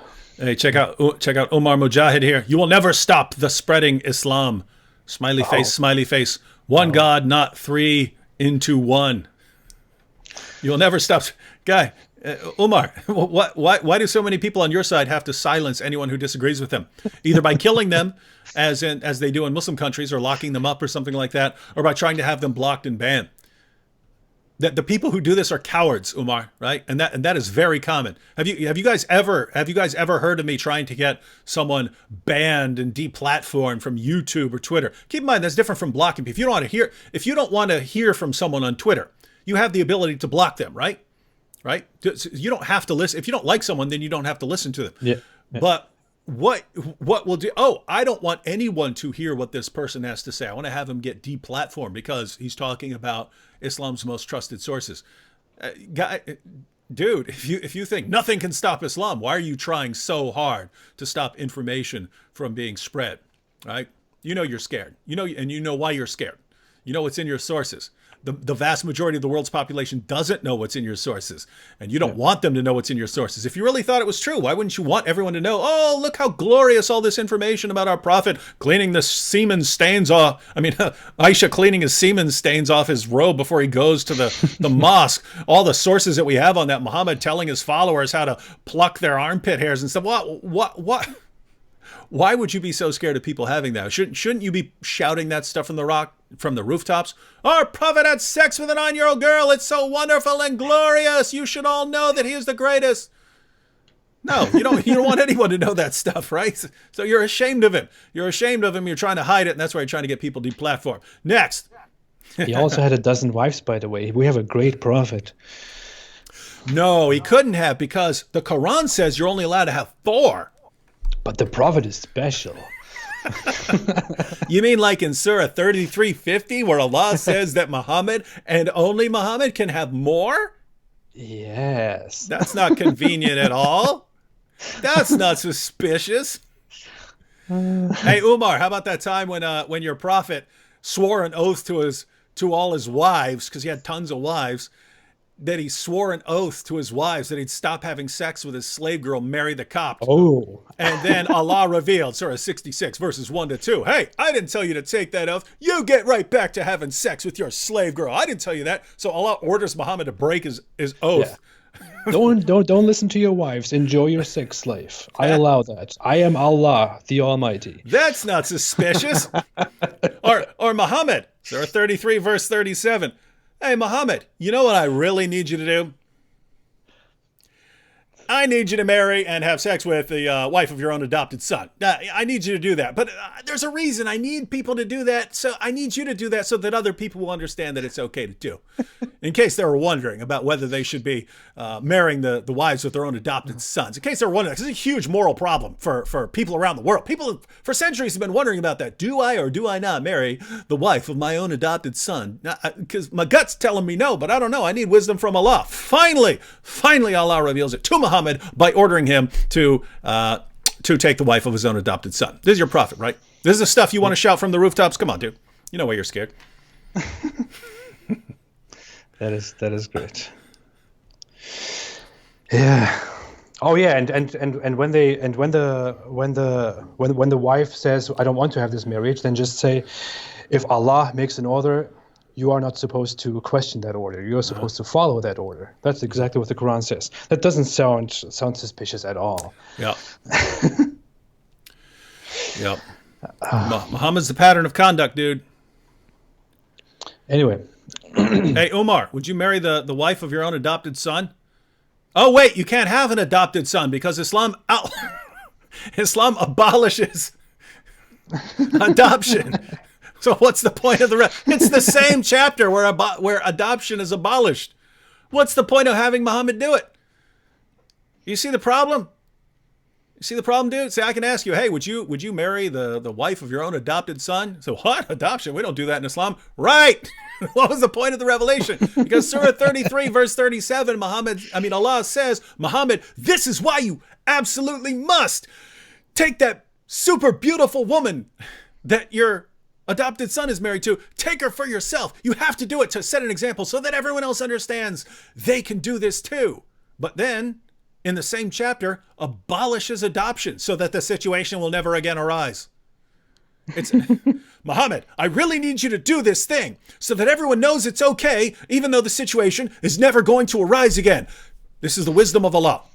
This is what you have to marry her. You have to do this. Otherwise, they won't understand. I will strike you with light. I will sever your aorta, Muhammad, if you do not marry that woman.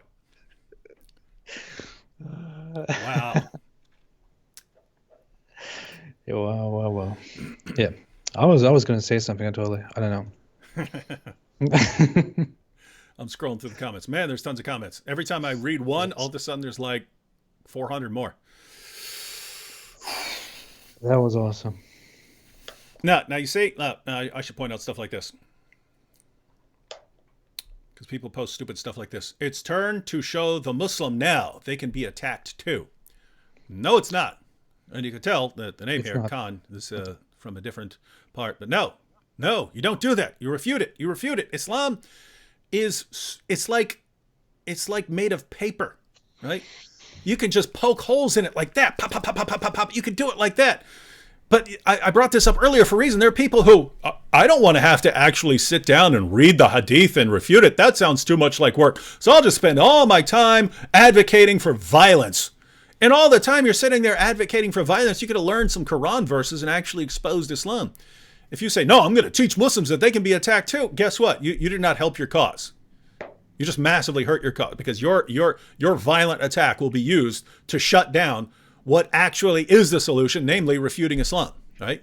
It will be used to silence people on Facebook, on YouTube, on everything else. So guys, start thinking like people who aren't complete morons. And I just want to say that is a moronic thing to say. I'm going to go teach Muslims they can be attacked. Come on. Yeah. You could read this. This is as small as the Quran can get, or even smaller than that. It's very thin. It's because there is not much content in this. It's a completely stupid book, but you could just sit here and for several hours read this. It would take you 2 days max if you really read it through. Although it's very, very agonizing, extremely painful Absolutely. to read this book through. It took me years of trying to actually read that. It is so painful. I would actually rather read a phone book from beginning to end backwards than read the Quran. Keep in mind, I force myself to, but it is so horrible. And then as you're reading it, it's making all these claims about being so great. And it's like, what are you talking about? This is awful. It was, what's his name? Antony Flew. Antony Flew, one of the leading philosophers of religion of the 20th century, was asked, so he was an atheist and then he became a kind of theist. He didn't accept Christianity or Islam, but he was asked to compare them. And he drew 3 comparisons, ladies and gentlemen. This is interesting because, again, this guy said he wasn't going to convert to Christianity. He wasn't going to convert to Islam. He believed in a kind of deistic God at the end. But he was asked, well, what are your thoughts on Christianity and Islam? And he said he basically had 3. He said, the Apostle Paul was a brilliant scholar and had a first-rate philosophical mind.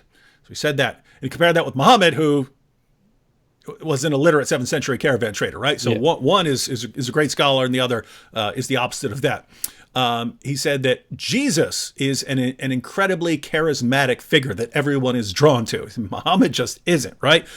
And the other comparison was the Bible and the Quran. He said, even if you're an atheist, the Bible is an amazing work of literature that you could spend tons of time going through. And he said, to read the Quran is to do penance. The Catholics out there know what penance is. That's where you punish yourself for your sins, right? Reading the Quran is punishing yourself for your sins. And that's just a fact. And the Muslims say, no, it's the greatest. It's so wonderful. It's so beautiful. You're trained to say that. You're trained to say that. You know that's not true. You know it's painful to read the Quran. That's why every time I talk to a Muslim and I bring up 2 Quran verses, they've never heard it before. Why? If it's so wonderful, why don't you spend some time and actually read your sources? You don't, because it's really, really bad, and you know it is. You know it is. But you hear your leaders telling you, oh, it's so wonderful, and you think, oh, they're telling me how wonderful it is. Come on, guys. Let's get serious here. I was a Muslim, and when I was a Muslim, I was very religious. I was extremely, I would love Allah and love Islam and love this whole religion and dedicate myself to this weird, dark worldview, and I would really follow it. But I attempted to read the Quran the first time. It was so hard. I mean, I'm going through the Quran right now again during my whole break because I'm working on some projects and I want to go through the Quran again to check all the things that I missed or didn't miss, and it's extremely painful. I could make a video about that. A very short example. I could make a video about that. The 2nd chapter of the Quran is the longest chapter. The chapter is so long not because it says so many things, not because it gives you so much information, so many new things that you need to know about. No, you have one topic on one page. You go through that topic. You go on the next page, it talks about the same topic again in kind of different words. You go on to the next page, it suddenly talks about the same topic again in slightly different words. You go on to the next page, it switched to a different topic by now, but then on the next page it comes back to that topic again and says the same thing over and over again in slightly different words. That's how stupid this book is. No, that's the majesty of the book. It says it over and over again because you really need to get those points down. This is the wisdom. This is the wisdom. Hey. And it keeps blessing and blessing and blessing and glorifying Allah, telling us about how great, how wonderful, how amazing Allah is without giving us any new information at all. It's yeah, for people who are tuning in late and you're like, hey, aren't you guys talking about the Sri Lanka church bombings? Well, yeah, we kind of are, because we talked a little bit about the Sri Lanka church bombings and the horror of the idea that, jihad can just spring up anywhere, right? Because this is not ISIS where everyone's watching it. This is just a random small group that even when they're told this group is planning something, they didn't really care, because who are these guys? They're a couple of guys. Meanwhile, they kill hundreds of people, rolling straight up into hotels. And think, what do you do about that now? If you're Sri Lanka, what now? You need to triple your security in hotels. You need to insert metal detectors and all these things. Christians need to be. You need to have armed soldiers standing outside there searching It totally changes your country. with just a few deaths, right? From an Islamic perspective. Hey, and this was the entire strategy of Al Qaeda, right? We'll go do something, a couple of us will die, and it will massively alter their entire infrastructure of their country in their panic to do something about this. So we're talking about that sort of thing, like the just the horror of the idea that it can spring up anywhere. Anyone can just become a very quick target of Islam.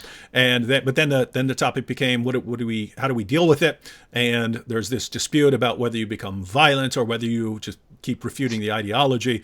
And people always say, no, it's too late to deal with the ideology. And again, this is the first generation that's had the opportunity. Don't act like, oh, but we've been trying for 1,400 years to refute the ideology. No, you haven't. You spent 1,400 years fighting battles, and it didn't work. Yeah. It didn't work, right? Refute the ideology. You didn't have the sources in your hands to refute the ideology. Now we're the first generation that has open access to Muslims around the world through the internet, and we're the first generation that has open access to their sources. My goodness, people, start reading, learning the material, and exposing Islam. That's exactly why I actually got into this. That's what I wanted to say. I wanted to say reading this book is very painful. And then we got into this whole discussion about how this book is very, very weird, very, not good for an intelligent person, not very easy to read. But what I was actually wanting to say is that you could sit down and read this book in a very short time, understand what it says. You can be, if you have a good memory, you can memorize so much of this book because it's just very easy to memorize because it says some things over and over again when it shouldn't. And then you can go out there and you can discuss with Muslims and you can make your arguments. You can study this again, sit down and study this again because there's not much to study here in this book. And can go out and argue with Muslims and refute their arguments, refute Muslim apologists.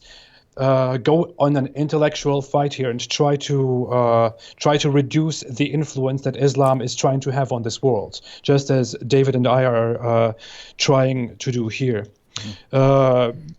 Instead, to just throw this book away and think this is not worth reading, just throw it away and just go out there and kill a bunch of Muslims. That's definitely not the way. That's not how it should work. Yeah, that's pretty lame and lazy and stupid and disgusting. Yeah. And just imagine some of the people who want like global bloodbath. Imagine if you were successful, right? Imagine that if we, the West, turned into the kind of people who just go out and slaughter 1.6 billion people. You don't come back from that, right? Yeah. You have just become the kind of people who go out and slaughter millions upon millions of people because, I think they're a threat. Well, guess what? If you just became that kind of people, guess what? You're going to see other people as threats, and other people are going to see you as threats. And guess what? You're already the kind of people who kill each other over your differences. You just completely changed in a really, really horrible way. So you don't want to go down that road. So and if you're concerned and angry about how violent Islamists are and religious Islamic groups are, and if you think that should end, then fighting them violently is definitely not the way, because it will do the opposite of that, and it will make things so much more worse, a dozen times worse, because they are ready for you to do something like that so they can go out and do even more, and no one wants that. We have never solved this problem this way. The only way we can solve this problem is to intellectually fight here. Here you go. Bixar says, how many years terrorist attack being handled? How many terrorist groups have been destroyed? But why are terrorist attacks still happening? Because they never touch the ideology that leads to it. Did you catch that, everyone? ISIS has been mostly defeated, right? They're still around, but they've lost most of what they've had. So ISIS has lost massive ground. But the ideology that led to ISIS is alive and well, right? When ISIS said, hey, we're the caliphate, people from around the world started coming to the Middle East to join ISIS, right? That means those people were already thinking in that way, right? They were already thinking that. They were just waiting for someone to step up. Why were they thinking like that?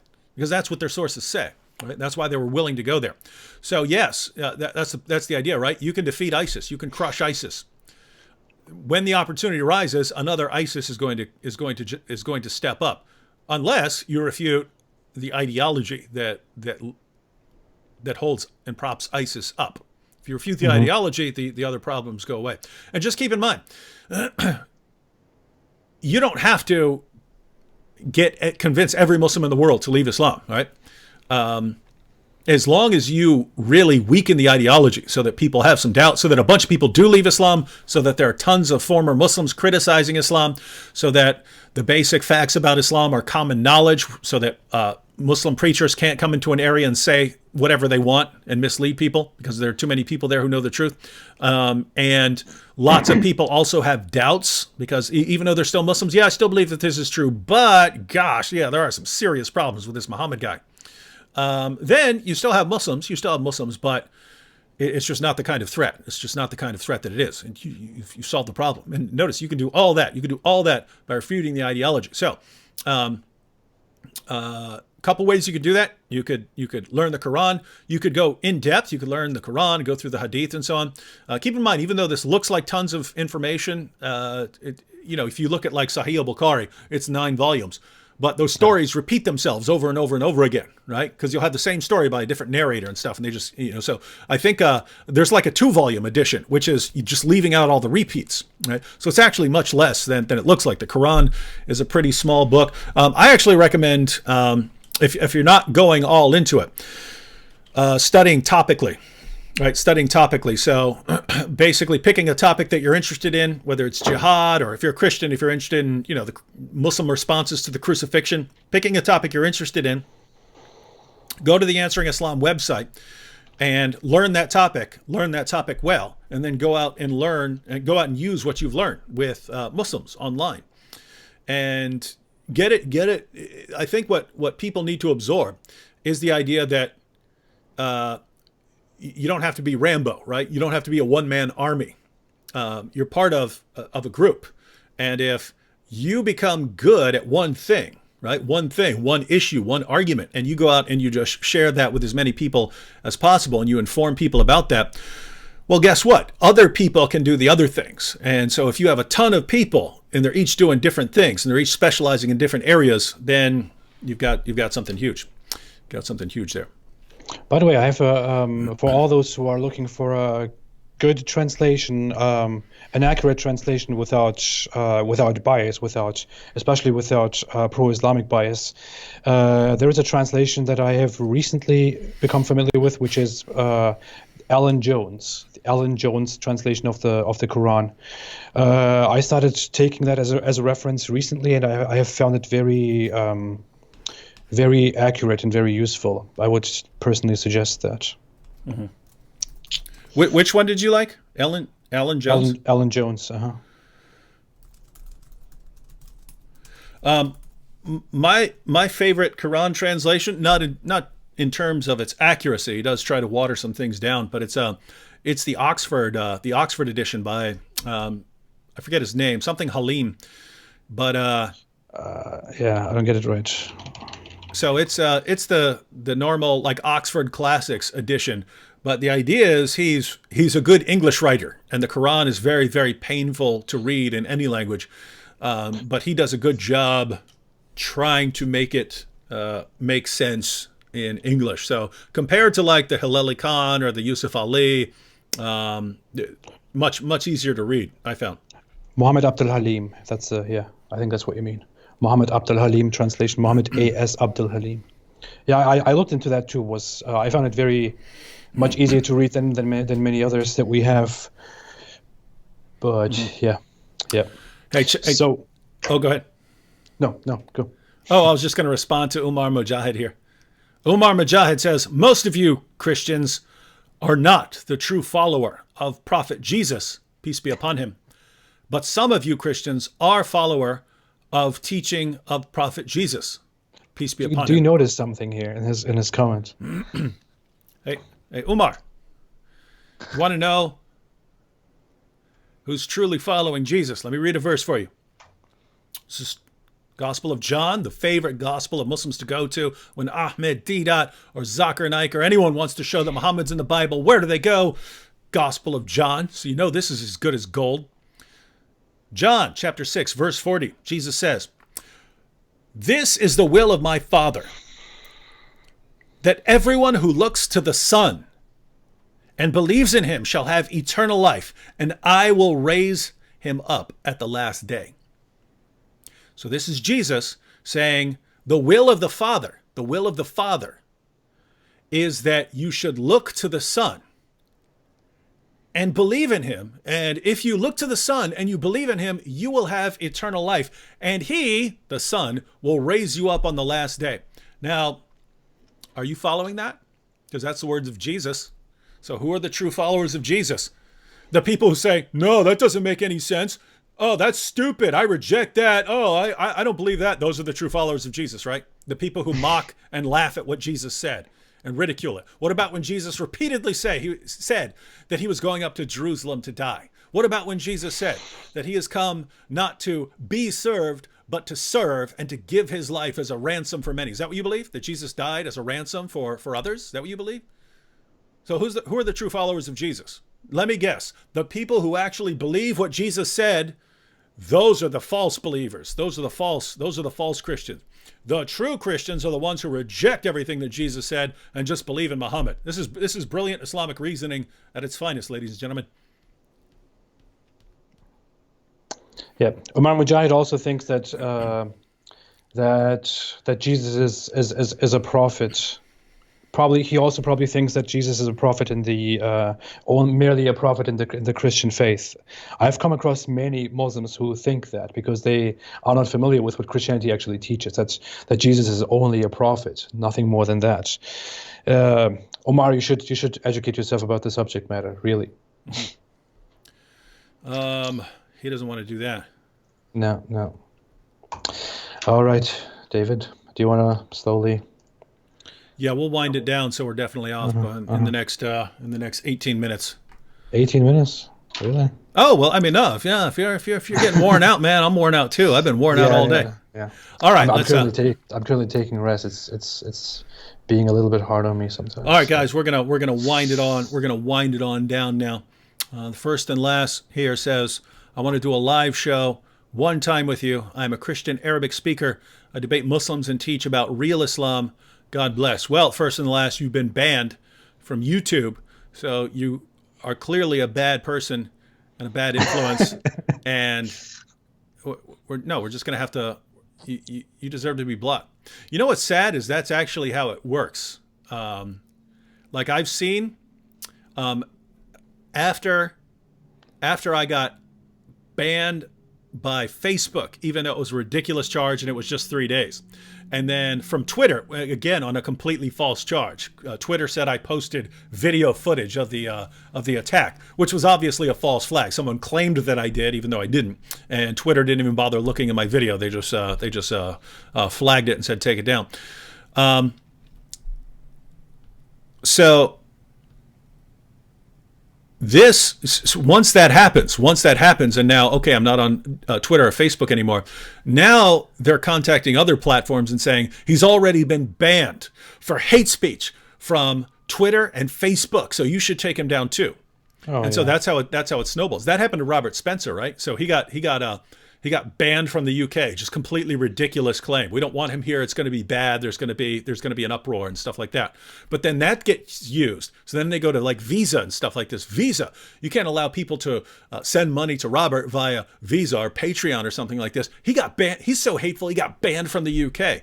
And then once you're banned from Visa, then they say, look, he's been banned by Visa and he's been banned from the UK and stuff like this. And it just keeps snowballing. And you never need any actual substance on why someone is being banned. But yeah, first and last, yeah, we'll do something. So send me a message because you're obviously going to get taken down. And what would be awesome is if my channel gets taken down just because I have you on there when you're banned. Yeah. All right. You see anything else you want to respond to? No, I just want to thank everyone for the participation, for the amazing participation, for great comments, all the nice words people say during the entire live chat, both to you and to me. Thanks everyone so much. Oh wait, one more here because this is relevant to both of us. Sasha says, why do Christians support Imam Tawhidi? So you're not a Christian. But why would lots of people be fine with Imam Tawhidi? Do you want me to answer that question? Yeah, go ahead, and then I'll give my Well, thoughts. I would say many support him because he's being a very fair imam. He's he points out all the stuff that is wrong with the current Islamic world, or everything that is wrong with how people practice Islam and the Islam people believe in. For all those who don't know, Imam Tawhidi doesn't believe that people who follow Islam majorly in this world are following Islam correctly, and he thinks all these horrible, terrible acts that are promoted in the version of Islam that the vast majority of Muslims believe in are a kind of a perversion, and that Islam and that Muslims as a community need to be reformed and need to focus on more modern, more productive, more peaceful ways, like living in a modern society and following the rules and laws and morals of a moral society, of a modern society. That's what he says. And in this on this quest, he works together with many Muslims. He works together with Christians and atheists and Jews and Hindus and so many other groups. And he's really out there pointing out all the problems that exist in this community and offers solutions to fix those. Maybe not everyone agrees with his solutions, but he does that, which is why many people choose to support him in what he does, because some say that he can't be trusted, that he's also on a wrong path, whatever people say about him. But others simply think that supporting such a guy among all those who support and promote very dangerous ideologies would be good in the long run. Mm-hmm. Yeah, and guys, at the end of the day, my concern is some of the teachings of Islam are very bad. They're bad for society. What I find is that you have lots of Muslims saying Islam is wonderful, Islam is peaceful, Islam is great, and as soon as you start criticizing it, they lose their minds, right? Yeah. And they start trying to shut you down and silence you, and how dare you criticize Islam and stuff like that. And you have people who are saying that Islam is wonderful, or they want to reform Islam and things like that, but you're still not allowed to criticize it. You're not allowed to question it. You're not allowed to raise objections. They'll still label you an evil hate monger for raising criticisms about things Muhammad said about Jews or women or something like that, right? I don't trust people like that, right? If someone says, hey man, we're gonna help Islam, and yeah, we got some bad elements, but we're gonna move forward. If as soon as you start raising objections about Islam, they start attacking you, I don't trust them. I don't trust that. I don't trust that they're serious, right? If someone is raising a lot of the same issues about Islam that I am raising, and that person is a Muslim, then when he says he's trying to make a difference and he's trying to set Islam on the right track, no, I don't believe it can be successful. I don't believe that you could really reform Islam. Same. But if you can help some of those people out of those teachings, by all means, right? By all means, do it. And so, when someone is naming a lot of the same things in Islam that I'm bringing up, and is criticizing a lot of the same points that I'm bringing up, that's someone I look at and say, okay, even though I disagree with him and I don't think it's actually going to work, I can take him seriously. I can take him seriously in what he's saying. With that said, I've never really followed a lot of what he's said. I basically saw a lot of the tweets and a lot of the things that he complains about, and he is pretty quick to shoot down leftists who are trying to silence any criticism of Islam. He's pretty quick to raise a lot of the same points. Again, this is just on Twitter, but I'm planning on having an interview with him where I can get a little more in depth on some of his ideas. But that's why so far. Now, it's always possible that I'll learn more and I'll be like, oh, I don't trust this guy. As of right now, just from seeing the things he tweets on and stuff like that, I think, okay, well, this is someone I can take seriously. Yeah. All right, everyone. He's someone who came together with me, for example, a very blasphemous little apostate, and just had a talk with me about all the problems of the Muslim community. So, why not just have a sit with him and talk with him? Yeah, again, I'm fine with people like that. I'm fine with people disagreeing with me, as long as you agree that we can all speak and discuss these things and not get either shut down by violence or not get deplatformed, things like that, as long as you're okay with keeping. Basically, it's like this, right? If a Muslim says, you know what? I understand why you guys have a problem with Islam. Just so you know, I'm trying to change it. But for right now, I understand why you guys got a problem with Islam. And you have every right in the world to look at what you're seeing and speak out against that and stuff like that. If you're like that, I'm fine with you as a Muslim, right? I'll trust you. I'll trust you on that. You might later give me reasons not to trust you or something like that. But guys, I'm not against every Muslim. I'm against the ideology. But as long as people are cool with me speaking out on it and refuting it and stuff like this and are willing to discuss it, I'm good. We're good. Yeah. All right. So we're wrapping it up here. All right, guys. So don't forget to like. Don't forget to share. Yeah. Don't forget to smash that like button. I'll give my concluding thoughts, and then AP, you can give your concluding thoughts. Here's my concluding thoughts, guys. I will probably do this after terrorist attacks. A couple of us will try to go live or something like that, just to briefly discuss the issue. And I think it's good. That's why we're fine with the Muslims coming on here and having discussions. We want people, instead of steaming and fuming and deciding how to go kill, just get together and start talking and making fun of things. And as long as you're making fun of things, you're not out killing anyone. But I think last year I think it was last year, I made a video titled something like "Why All Terrorism is Islamic" or something like that. Is now Islamic or something. Yeah, something like that. Whereas if you look at the title, you go, no, you got Anders Breivik and you got other people. And it was it was a discussion of an atheist who went into a church and killed a bunch of Christians, right? And my point was that all terrorism is used for an Islamic agenda now, no matter who it's for, who it's by, or who it's against, right?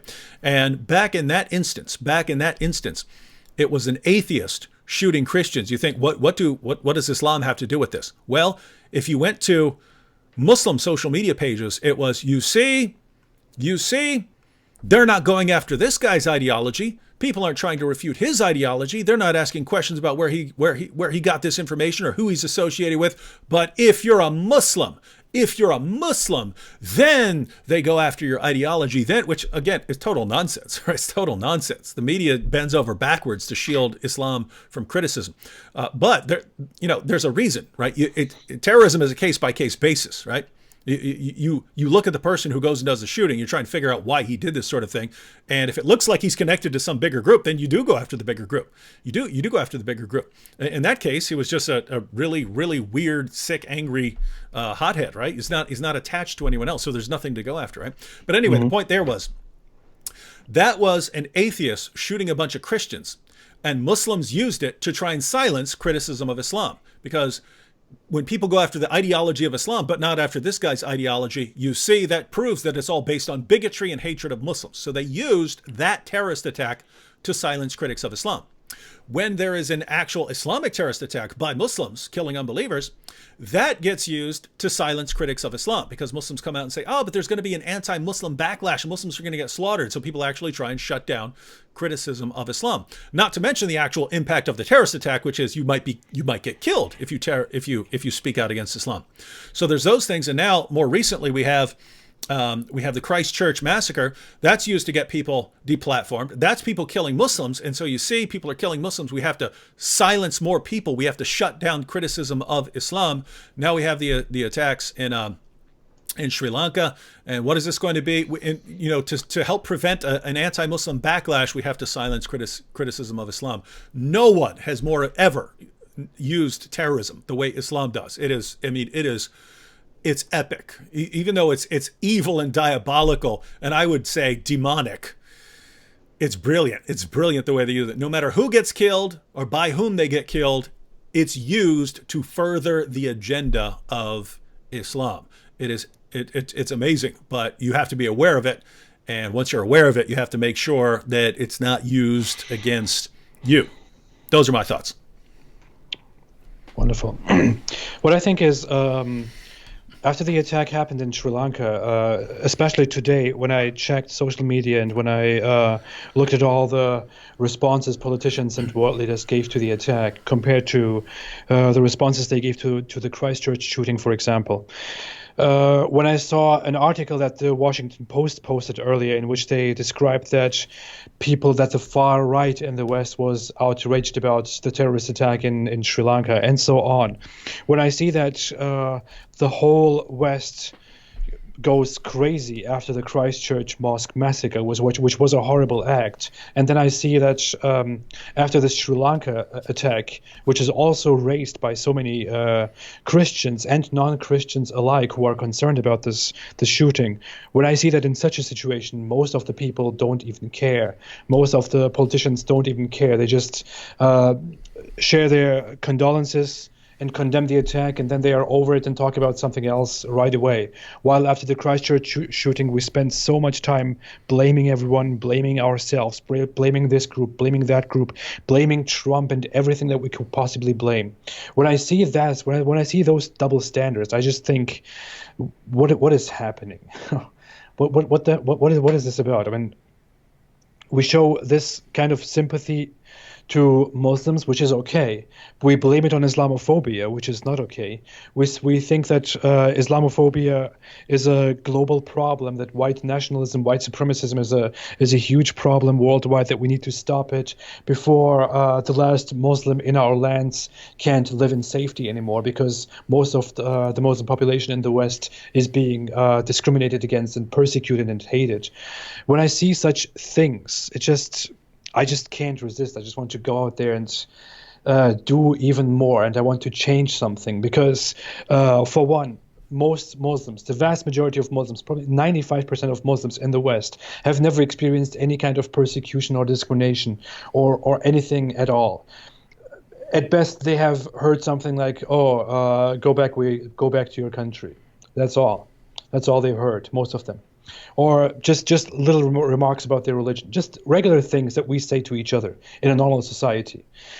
Most Muslims in the West are not being discriminated against or hated or subject to prejudice and subject to violent actions or anything at all. While in the Islamic world, Christians are persecuted every day.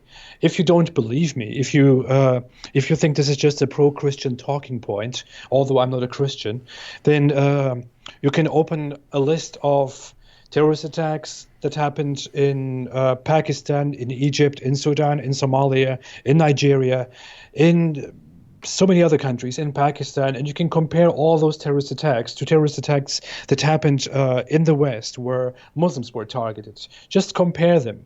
And really, there won't be much to talk about after that. You will probably think that I'm completely right. There is no persecution, no discrimination toward Muslims in the West. There is complete persecution and discrimination toward Christians and other minorities, but led by Christians in the Islamic world. And we need to get out there and just not be afraid of saying this. We need to get out there and say this. If the media, if the leftist media and the politicians and the world leaders can't say this because they think it's not cool to stand with Christians, then we need to go out there and say these things as they are. We need to speak about the problem of Islam. We need to be able to speak about how Islamic groups act around this world and how minorities are oppressed in this world. And I don't care what anyone calls me for that. I don't care if I'm called a far-right person for that, if I'm called a Nazi for that. I will gladly call myself a Nazi if that's what a Nazi is supposed to be in the West. You know. By the way, that clip is going to get cut out. I will gladly call myself a Nazi, and that's going to be in someone else's YouTube video. I know. I'm expecting that. That would be. I'm totally expecting that. But anyway, that's why we're here, and that's why we need to speak more and more against Islam. We need to inform more and more people about Islam. We need to tell everyone what this is about, and we are glad about anyone who joins us in doing this, and anyone who supports us, anyone who comes to listen to us.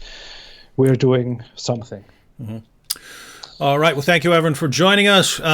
Suleiman here says David would repent and come to Islam before it's too late. Now, I assume that he would mean more than just me. This is an invitation and advice to everyone.